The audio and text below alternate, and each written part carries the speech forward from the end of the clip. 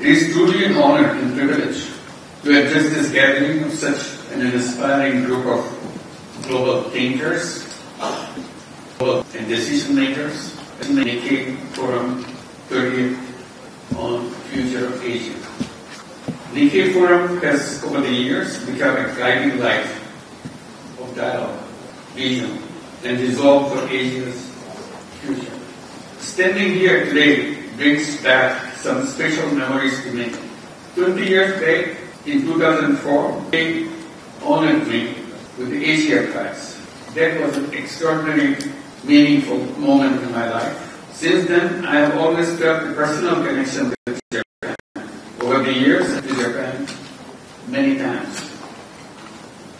Almost every year, I visited Japan. I worked with Japanese universities, met young people all across the country, and shared my ideas and my hopes. I'm deeply moved by how warmly the people of Japan have embraced me and my ideas of social business and microcredit.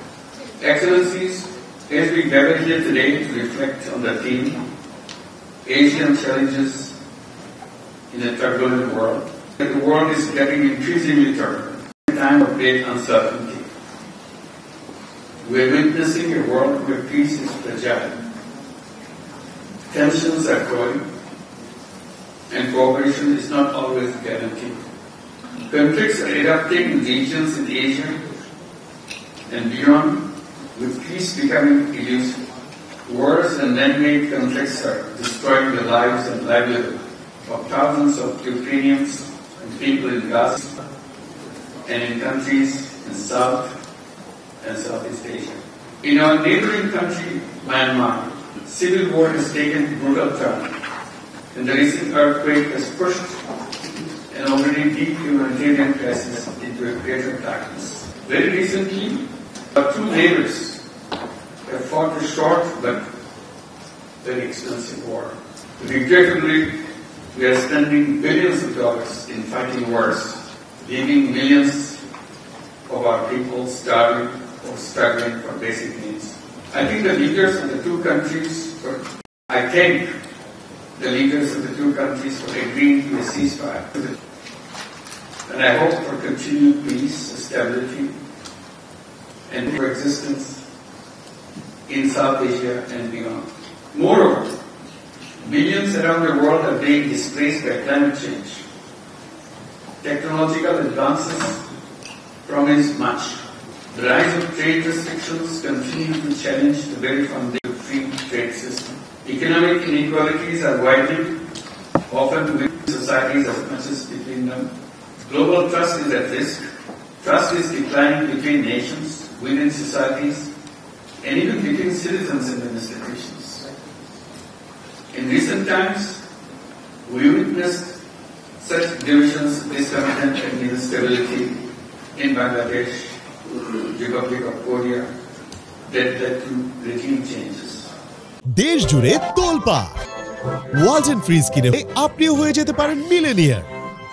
Uprising of students in the common people just few months back, and consequently my government came into the position to guide the country.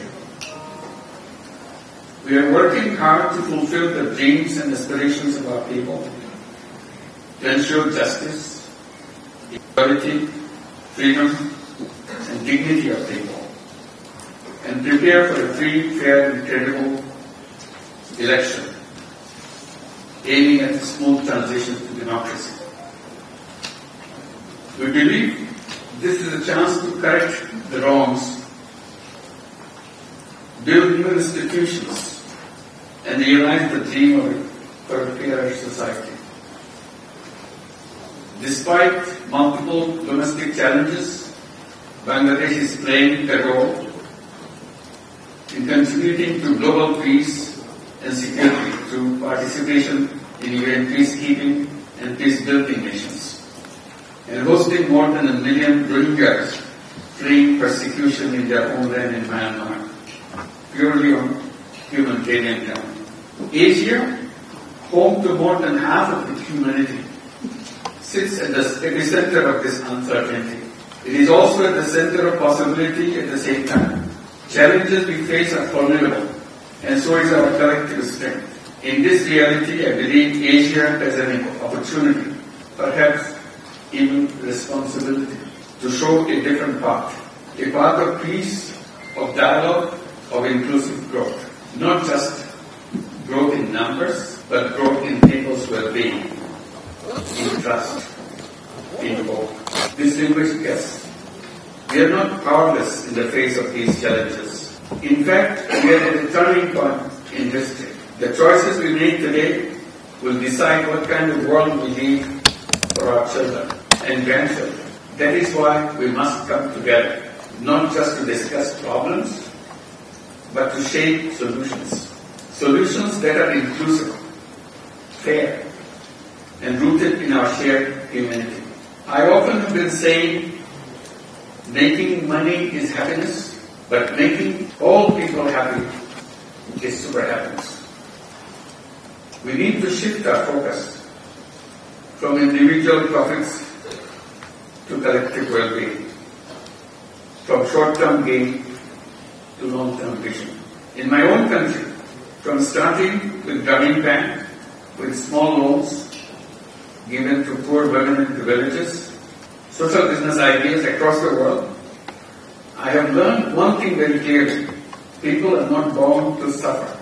People are born with unlimited potential. We just need to give them the right opportunities.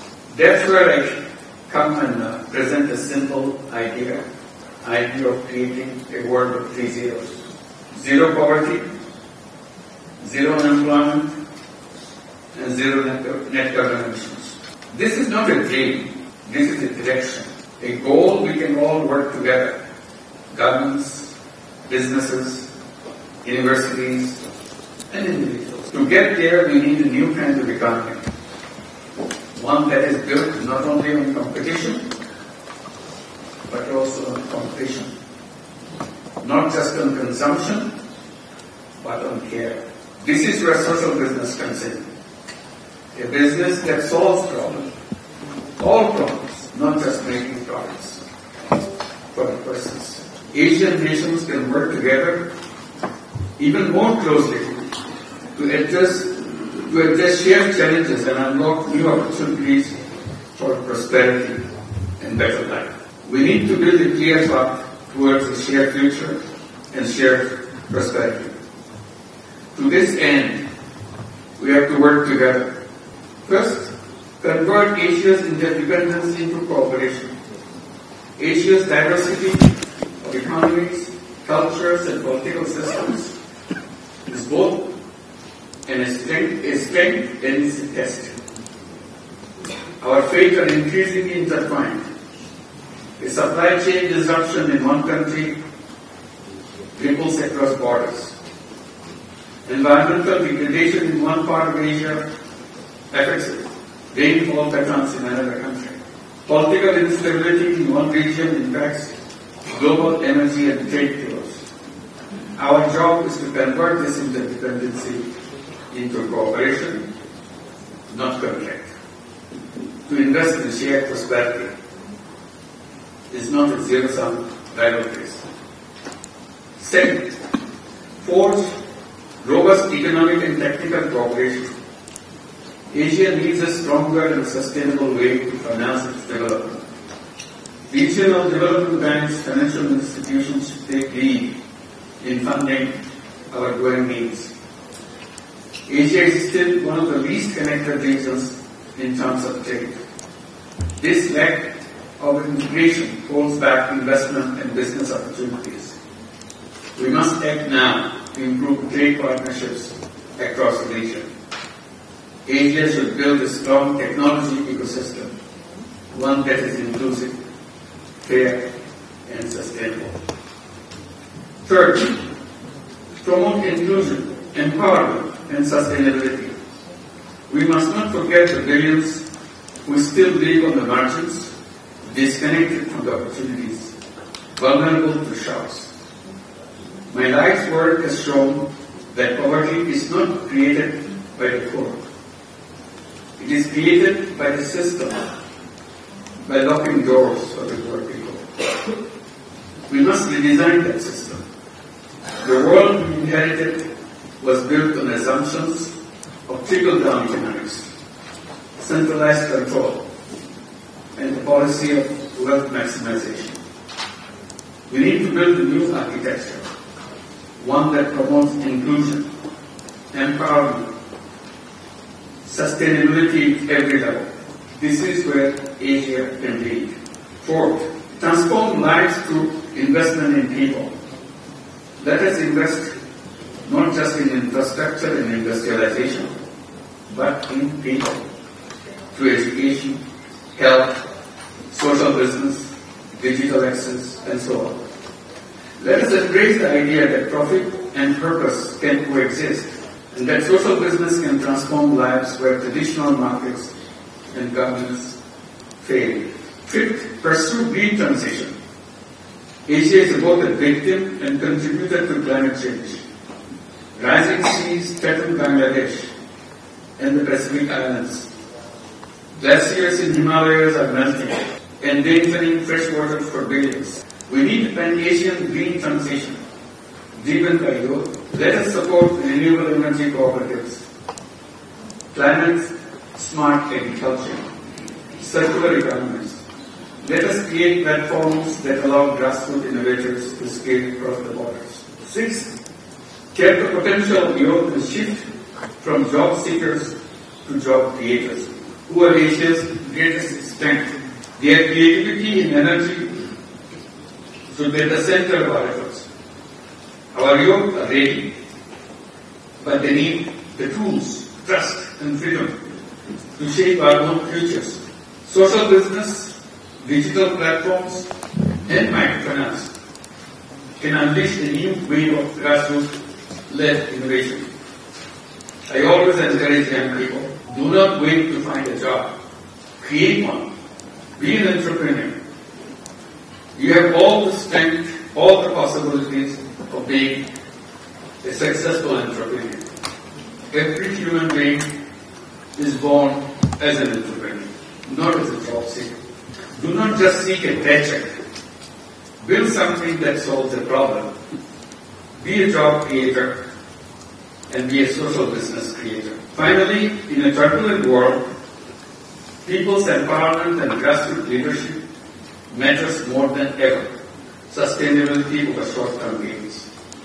We must move from wealth concentration to wealth sharing, from capitalism for profit to a capitalism with purpose.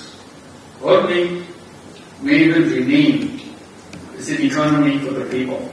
It's not capitalism.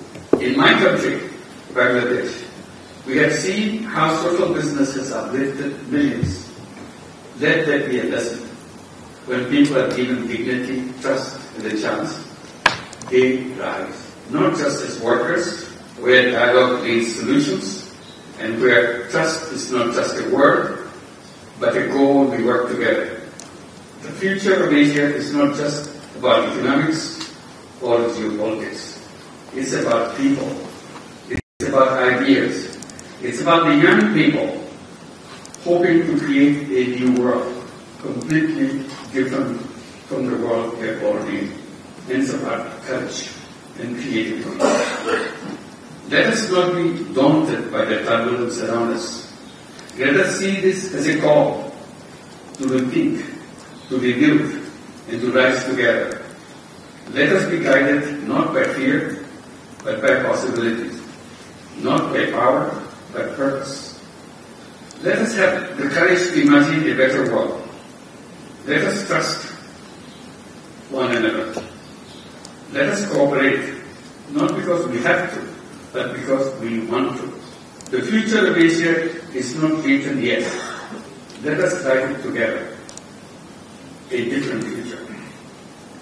Bangladesh and Japan can work together in rewriting Asia's destiny, even world's destiny.